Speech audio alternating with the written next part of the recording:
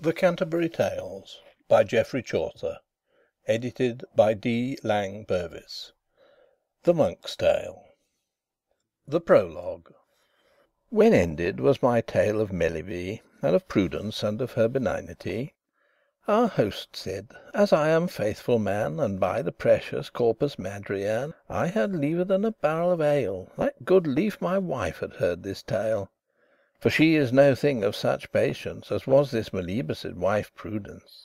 By God's bones, when I beat my knave, she bringeth me the great clubbed staves, and crieth, "Slay the dogs every one, and break them both back and every bone. And if that any neighbour of mine will not in church unto my wife incline, or be so hardy to her to trespass, when she comes home she rampeth in my face, and crieth, False coward, wreak thy wife, by Corpus Domini!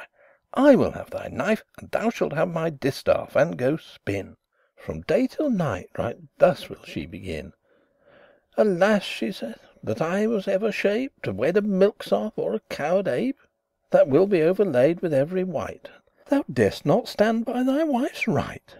This is my life, but if that I will fight, And out at door anon I must me dight, Or else I am lost. But if that I be like a wild lion, full hardy, I wot well she will do me slay some day Some neighbour, and then go my way. For I am perilous with knife in hand, Albeit that I dare not her withstand, For she is big in arms, by my faith. That shall he find that her misdoeth or saith. But let us pass away from this matter. My lord the monk, quoth he, be merry of cheer, For ye shall tell us a tale truly. Lo, Rochester stands here fast by. Ride forth, mine own lord, break not our game.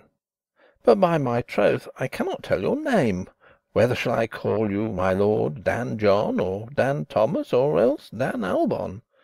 Of what house be ye, by your father's kin? I vow to God thou hast a full fair skin. It is a gentle pasture where thou goest. Thou art not like a pennant or a ghost. Upon my faith thou art some officer, Some worthy sexton, or some cellarer. For by my father's soul, as to my dome, Thou art a master when thou art at home.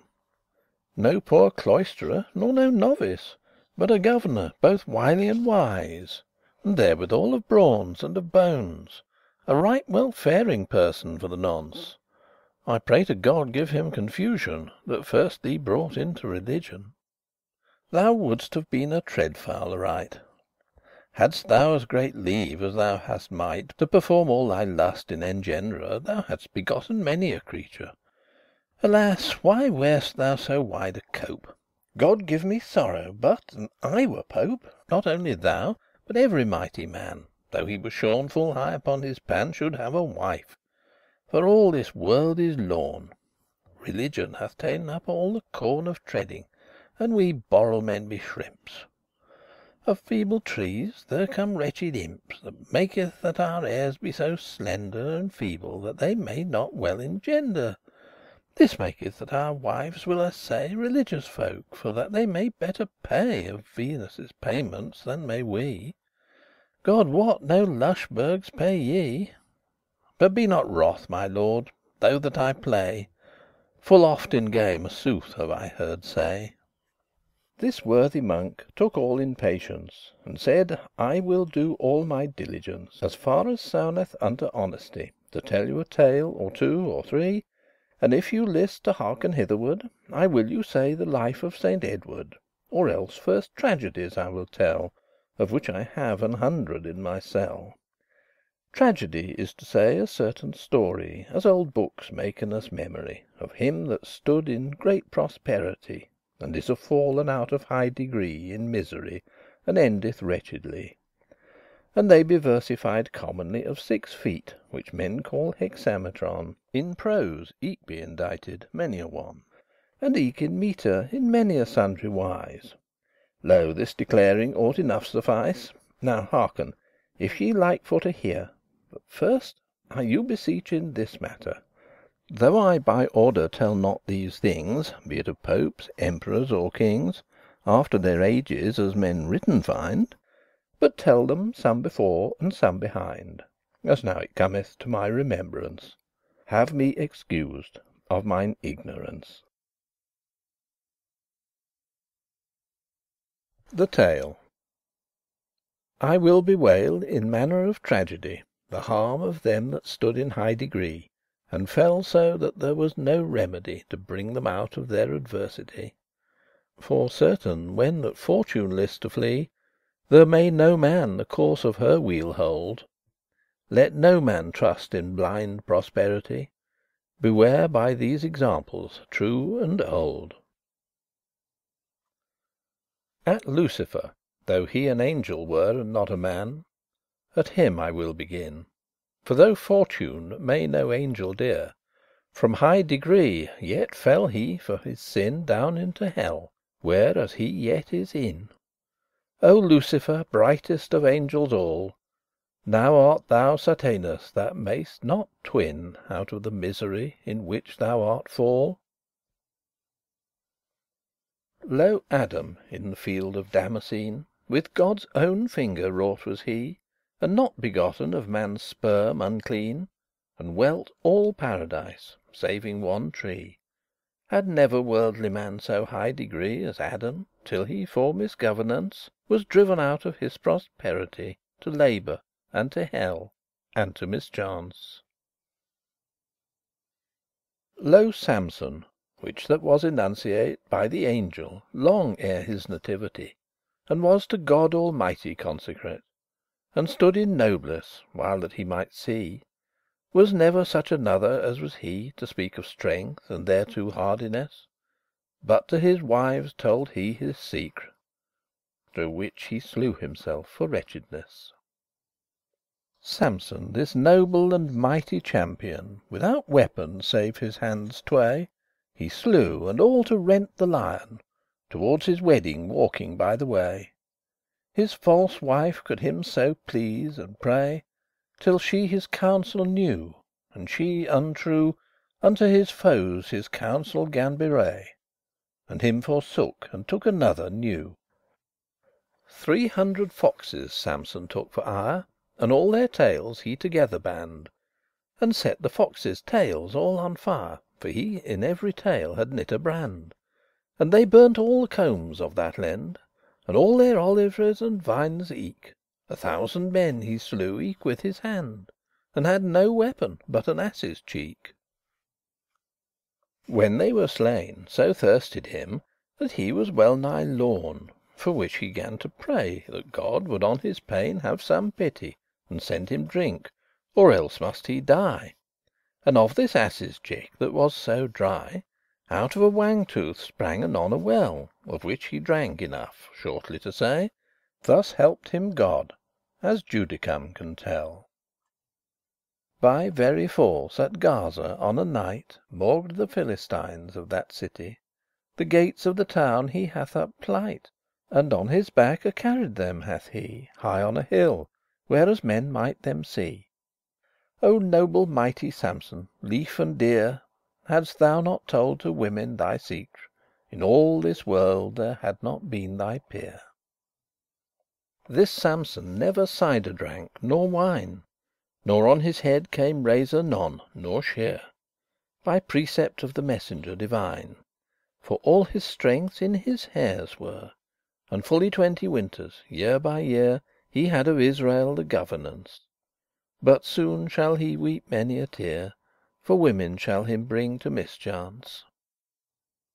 Unto his leman Delilah he told that in his hairs all his strength lay, and falsely to his foemen she him sold, and sleeping in her barm upon a day, she made to clip or shear his hair away, and made his foemen all his craft espien. And when they found him in this array, they bound him fast, and put out both his eyen. But ere his hair was clipped or a shave, there was no bond with which men might him bind. But now is he in prison in a cave, where as they made him at the quern grind. O noble Samson, strongest of mankind, O whilom judge in glory and richess, now mayst thou weep with thine eyen blind, since thou from weal art fall'n to wretchedness. Then to this caitiff was, as I shall say, his foemen made a feast upon a day, And made him as their fool before them play; And this was in a temple of great array. But at the last he made a foul affray, For he two pillars shook, and made them fall, And down fell temple and all, and there it lay, And slew himself and eke his foemen all. This is to say, the princes every one, And eke 3000 bodies were there slain, With falling of the great temple of stone. Of Samson now will I no more sayn. Beware by this example old and plain, That no man tell his counsel to his wife Of such thing as he would have secret fain, If that it touch his limbs or his life. Of Hercules the sovereign conqueror Sing his works land and high renown. For in his time of strength he bare the flower, He slew and reft the skin of the lion, He of the centaurs laid the boast adown, He harpies slew, the cruel birdes fell, He golden apples reft from the dragon, He drew out Cerberus, the hound of hell. He slew the cruel tyrant Busiris, And made his horse to fret him, flesh and bone. He slew the fiery serpent venomous, Of Aeschylus' 2 horns brake he one, And he slew Croesus in a cave of stone. He slew the giant Antiochus the strong, He slew the grisly boar, and that anon, And bare the heaven upon his neck long. Was never wight, since that the world began, That slew so many monsters as did he. Throughout the wide world his name ran, What for his strength and for his high bounty, And every realm went he for to see. He was so strong that no man might him let At both the world's end, as saith trophy, Instead of bounds he a pillar set.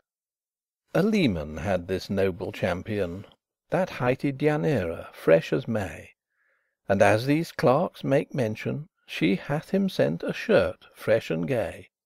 Alas! this shirt, alas! and well away, Envenomed was subtly withal, That ere he had worn it half a day, It made his flesh all from his bones fall. But natheless some clerks her excuse, By one that highte Nessus, that it maked.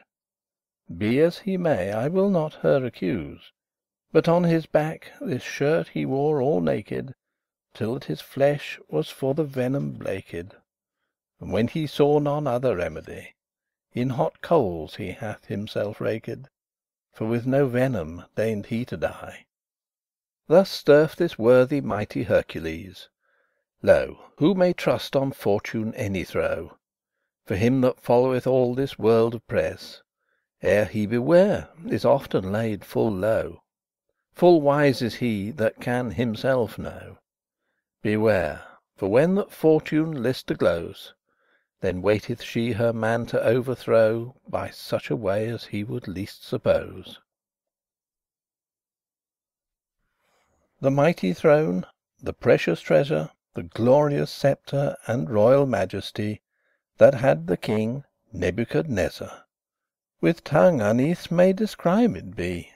He twice won Jerusalem the city, The vessels of the temple he with him lad.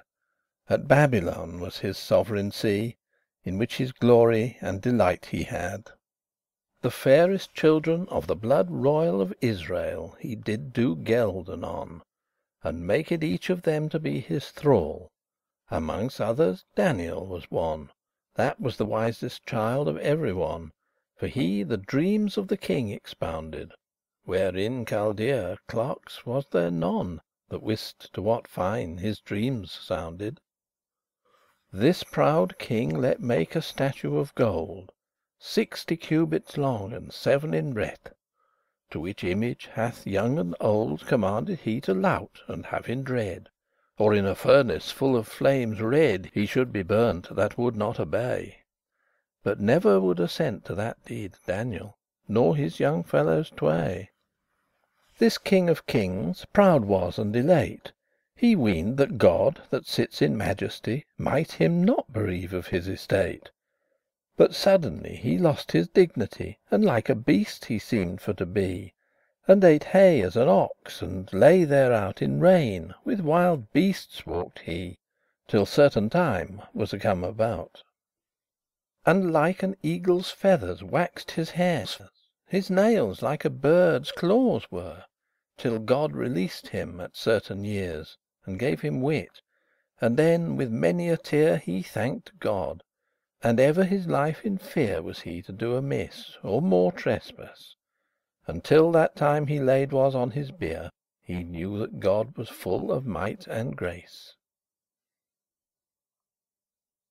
His son, which that highty Belshazzar, that held the reign after his father's day, he by his father could not beware, for proud he was of heart and of array, and eke an idolaster was he aye.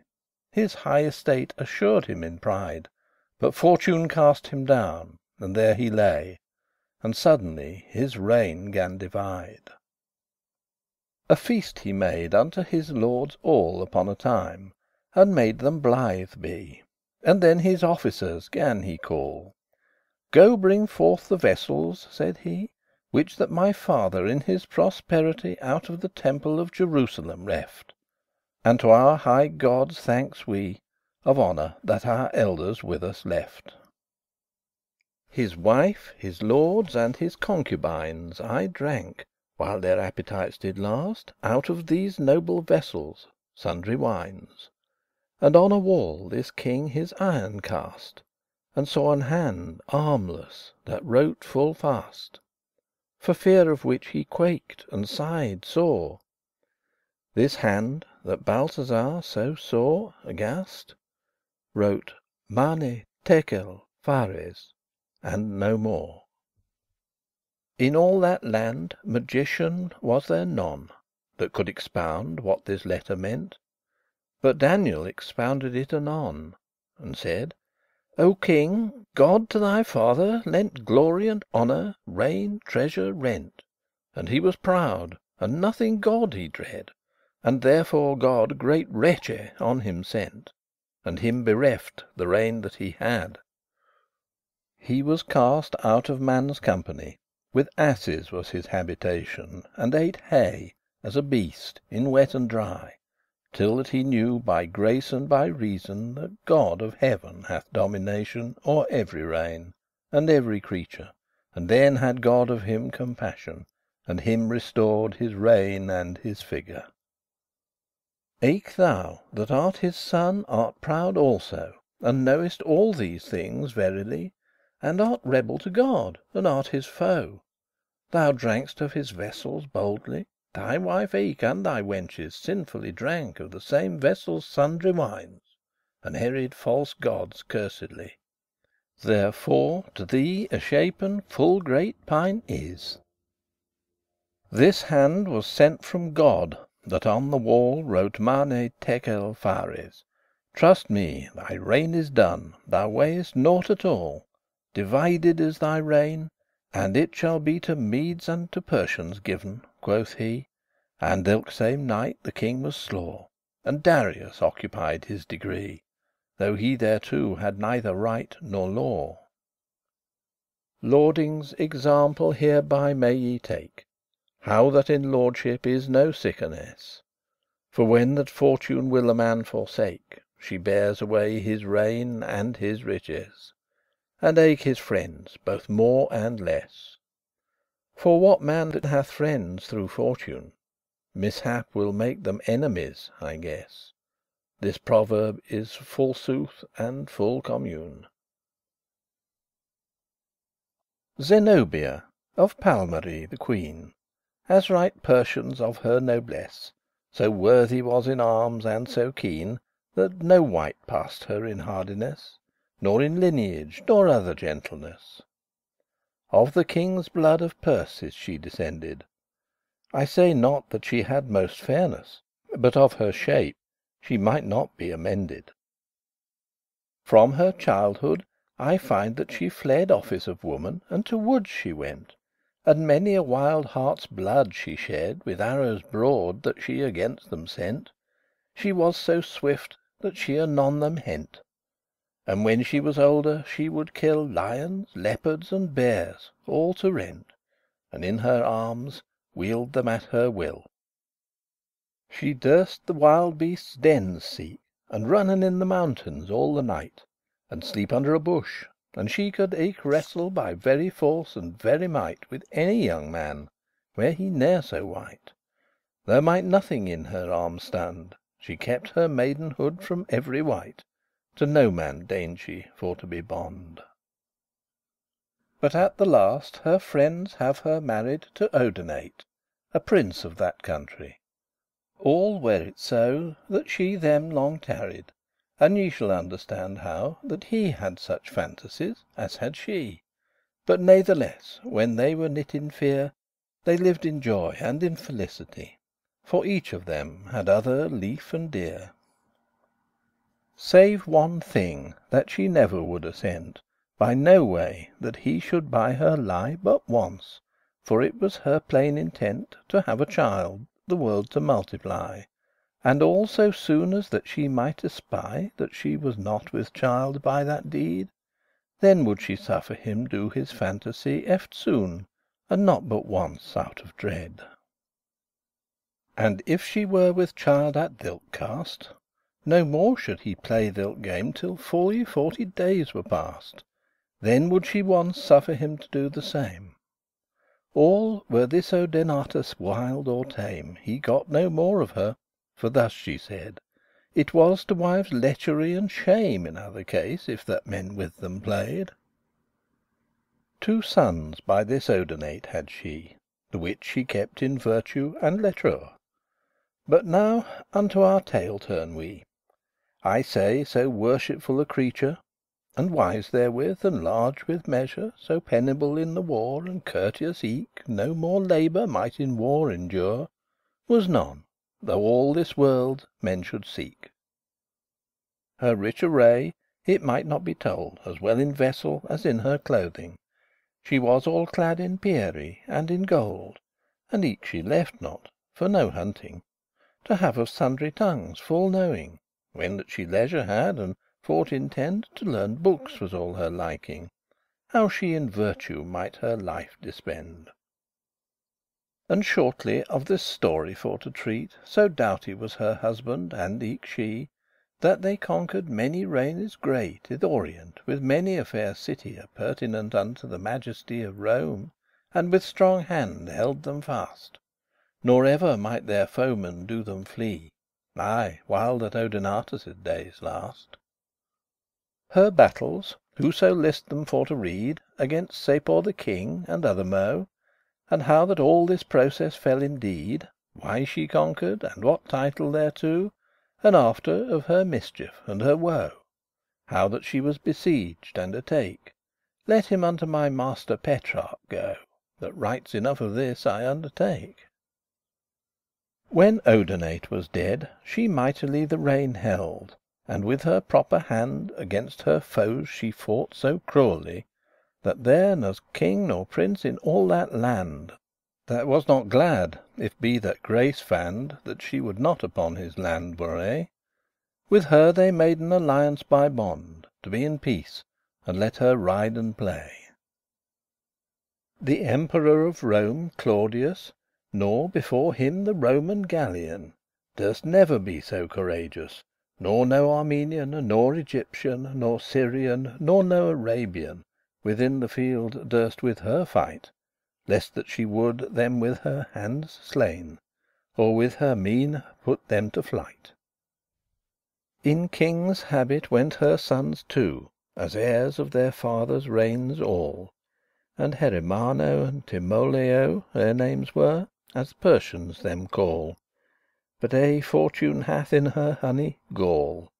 This mighty queen may no while endure, Fortune out of her reign made her fall to wretchedness and to misadventure. Aurelian, when that the governance of Rome came into his handes tway, he shope upon this queen to do vengeance, and with his legions he took his way Towards Zenobia, and, shortly for to say, he made her flee, and at the last her hent, and fettered her, and eke her children tway, and won the land, and home to Rome he went. Amonges other things that he won, her car that was with gold wrought and pierrie. This great Roman, this Aurelian, hath with him led, for that men should it see. Before in his triumph walked she, with gilt chains upon her neck hanging. Crowned she was as after her degree, and full of pierrie her clothing. Alas Fortune, she that whilom was dreadful to kings and to emperors, now galleth all the people on her, alas. And she that helmed was in stark stowres, and won by force townes strong and towers, shall on her head now wear a vitremite. And she that bare the sceptre full of flowers shall bear a distaff, her cost for to quite.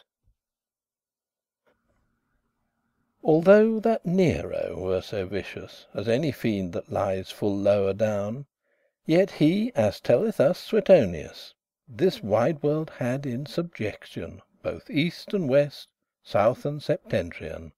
Of rubies, sapphires, and of pearles white Were all his clothes embroider'd up and down, For he in gemmes greatly gan delight. More delicate, more pompous of array, More proud was never emperor than he. That ilke cloth that he had worn one day, After that time he would it never see.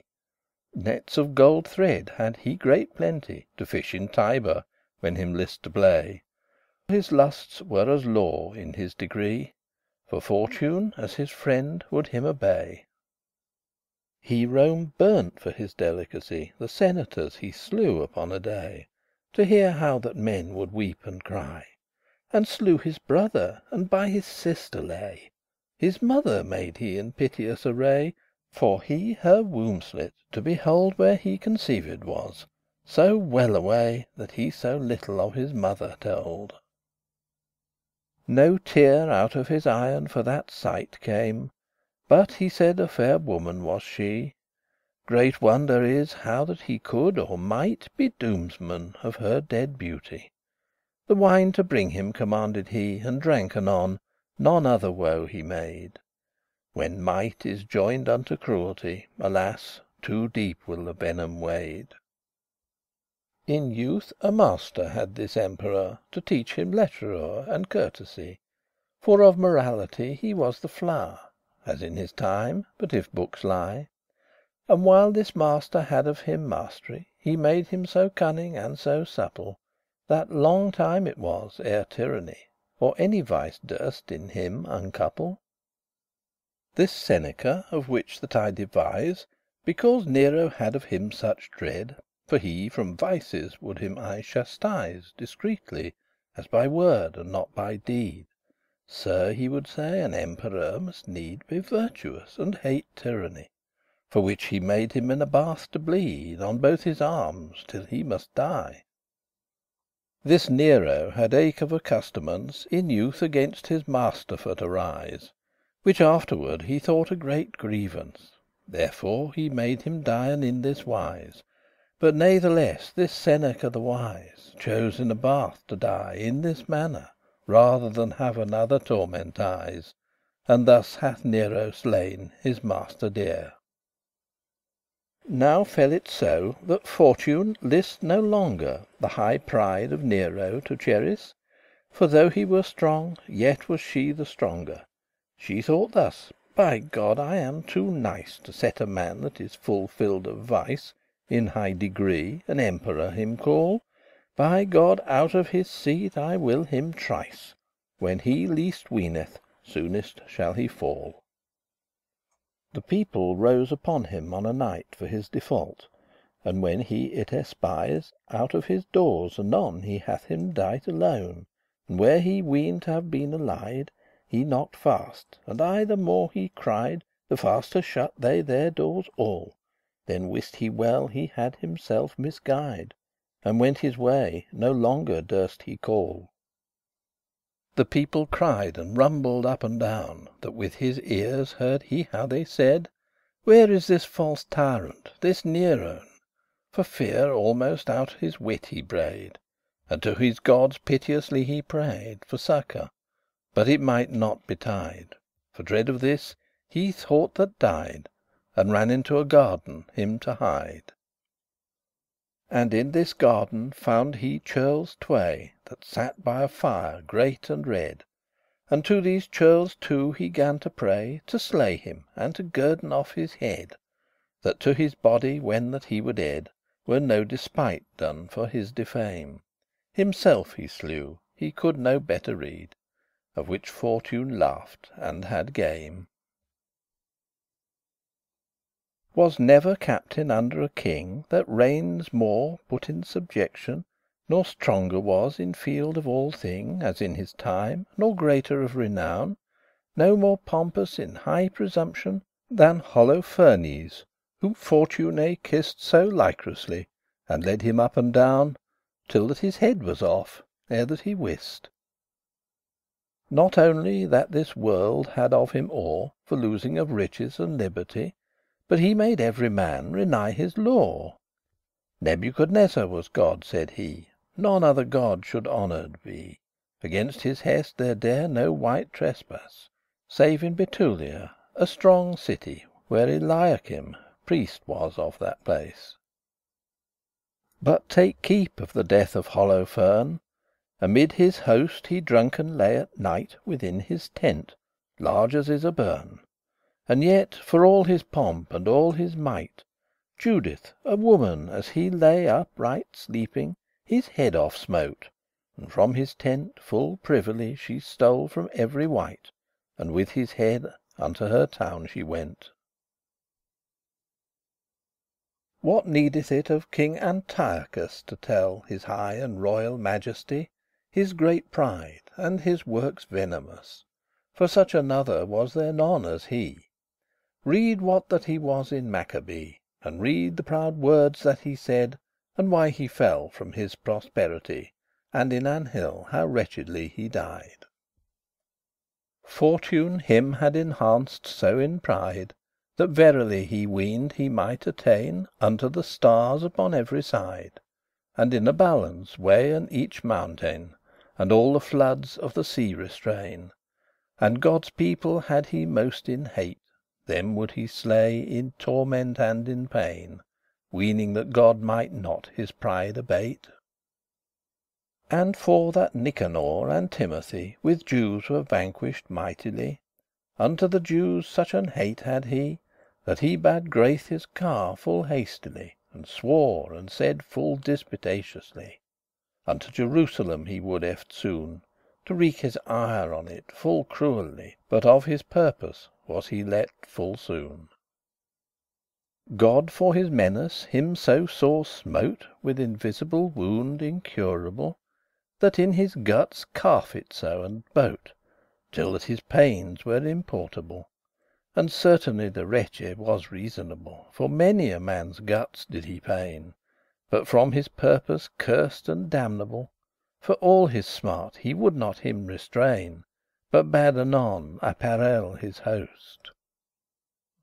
And suddenly, ere he was of it ware, God daunted all his pride and all his boast.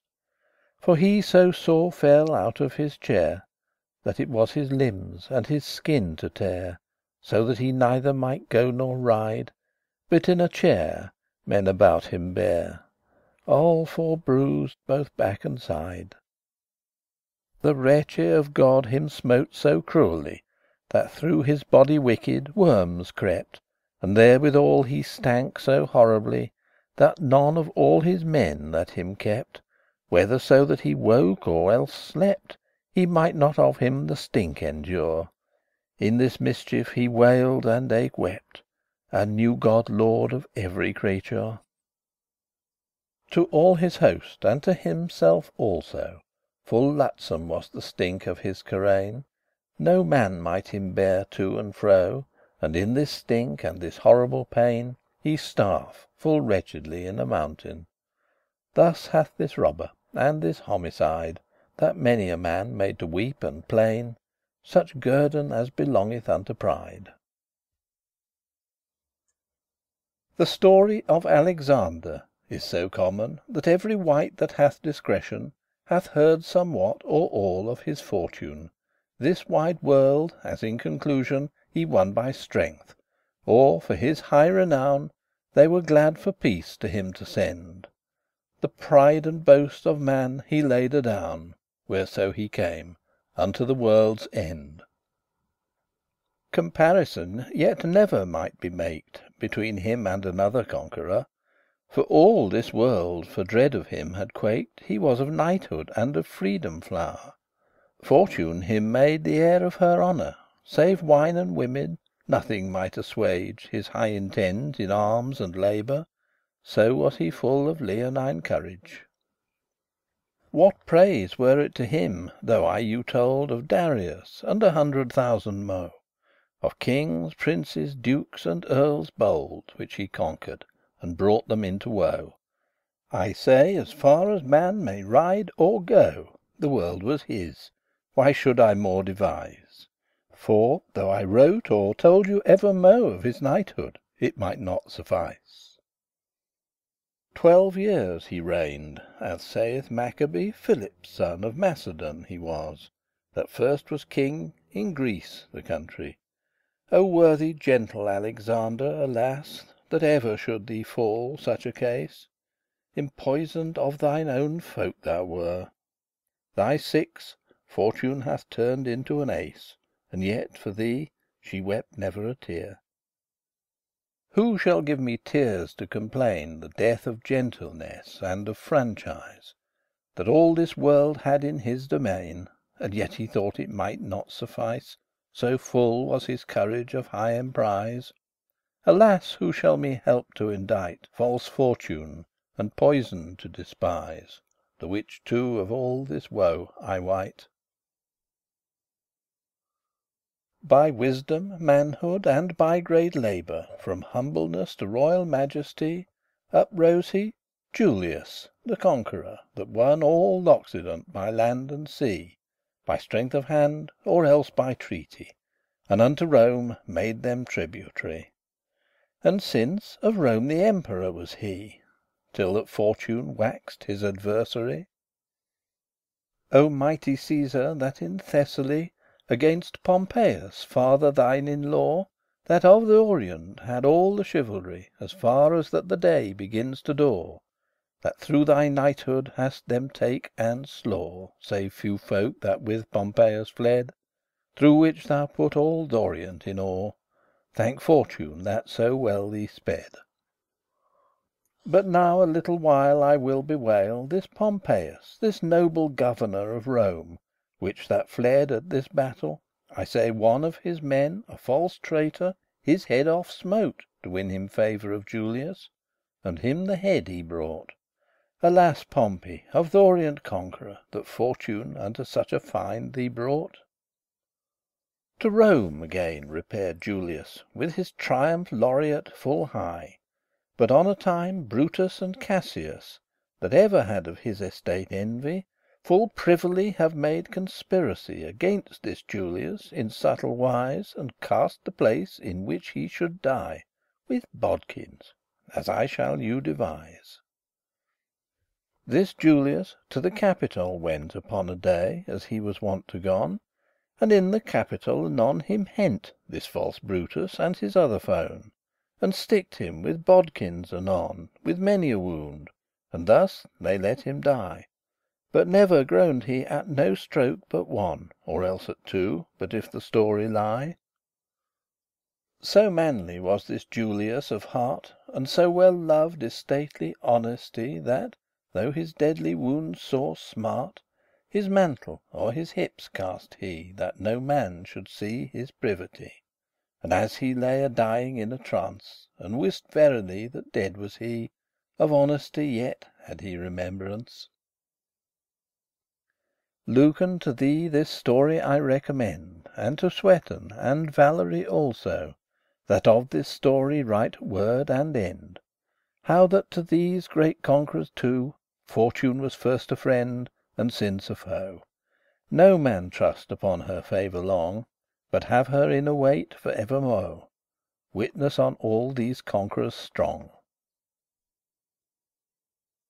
The rich Croesus, whilom king of Lyde, Of which Croesus Cyrus him sore dread, Yet was he caught amidst all his pride, and to be burnt men to the fire him led.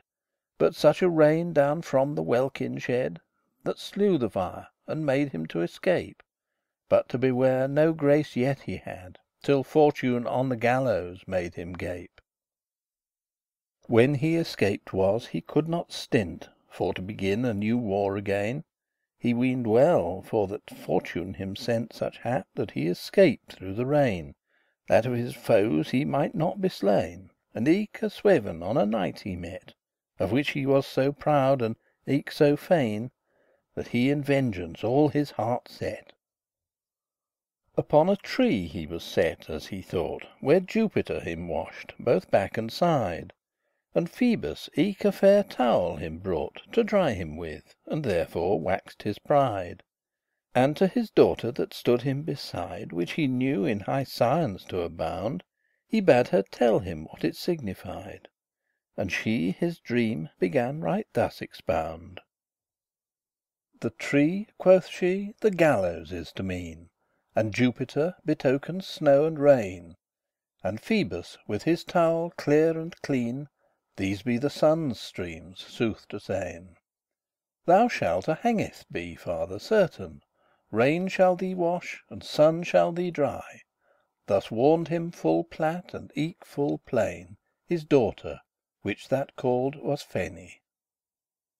And hanged was Croesus, the proud king. His royal throne might not him avail. Tragedy is none other manner thing, nor can in singing crien nor bewail. But for that Fortune all day will assail, with unaware stroke, the reins that be proud. For when men trust her, then will she fail, and cover her bright face with a cloud. O noble, O worthy Pedro, glory of Spain, whom Fortune held so high in majesty, well ought men thy piteous death complain. Out of thy land thy brother made thee flee, and after at a siege by subtlety thou wert betrayed, and led into his tent, whereas he with his own hand slew thee, succeeding in thy reign and in thy rent. The field of snow, with eagle of black therein, caught with the lion, red coloured as the glede, he brewed this cursedness and all this sin. The wicked Nest was worker of the deed, not Charles Olivier, that took high heed of truth and honour, but of Armoric Ganilian Oliver, corrupt for meed, brought this worthy king in such a brike. O worthy Petro, king of Cypre also, that Alexander won by high mastery, full many a heathen wroughtest thou full woe, of which thine own lieges had envy, and for no thing but for thy chivalry. They in thy bed have slain thee by the morrow. Thus can Fortune her wheel govern and gie, and out of joy bring men into sorrow. Of Milan great Bernabo viscount, god of delight and scourge of Lombardy, why should I not thine Clomben were so high, thy brother's son, that was thy double ally? For he thy nephew was, and son-in-law, within his prison made thee to die. But why, nor how, note I that thou were slaw. Of the Ugolino of Pisa, the languor there may no tongue tell for pity. But little out of Pisa stands a tower, in which tower in prison put was he, and with him be his little children three. Th' eldest scarcely 5 years was of age. Alas, Fortune, it was great cruelty such birds for to put in such a cage. Damned was he to die in that prison, for Roger, which that bishop was of Pise, had on him made a false suggestion, through which the people gan upon him rise, and put him in prison in such a wise as ye have heard. And meat and drink he had so small, that well unnethe it might suffice, and therewithal it was full poor and bad. And on a day befell, that in that hour when his meat wont was to be brought, the jailor shut the doors of the tower. He heard it right well, but he spake nought, and in his heart anon there fell a thought, that they for hunger would do him dien. "Alas," quoth he, "alas that I was wrought." Therewith the tears fell from his eyen. His youngest son, that 3 years was of age, Unto him said, "Father, why do ye weep? When will the jailor bringen our pottage? Is there no morsel bread that ye do keep? I am so hungry that I may not sleep, Nor would God that I might sleepen ever; Then should not hunger in my womb creep. There is no thing save bread that one will ever." Thus day by day this child began to cry, Till in his father's barme adown he lay, And said, "Farewell, Father, I must die," And kissed his father, and died the same day. And when the woeful father did it say, For woe his armes two he gan to bite, And said, "Alas, Fortune, and well away! To thy false weal my woe all may I wite." His children weened that it for hunger was That he his armes gnawed, and not for woe, And said, "Father, do not so, alas, But rather eat the flesh upon us two. Our flesh thou gave us, our flesh take us fro, And eat enough." Right thus they to him said, And after that within a day or two They laid him in his lap adown, and died. Himself despaired eke for hunger starf. Thus ended is this Earl of Pise. From high estate Fortune away him carf. Of this tragedy it ought enough suffice. Whoso will hear it in a longer wise, Read the great poet of Italy, That Dante hight, for he can it devise From point to point, not one word will he fail. End of the Monk's Tale.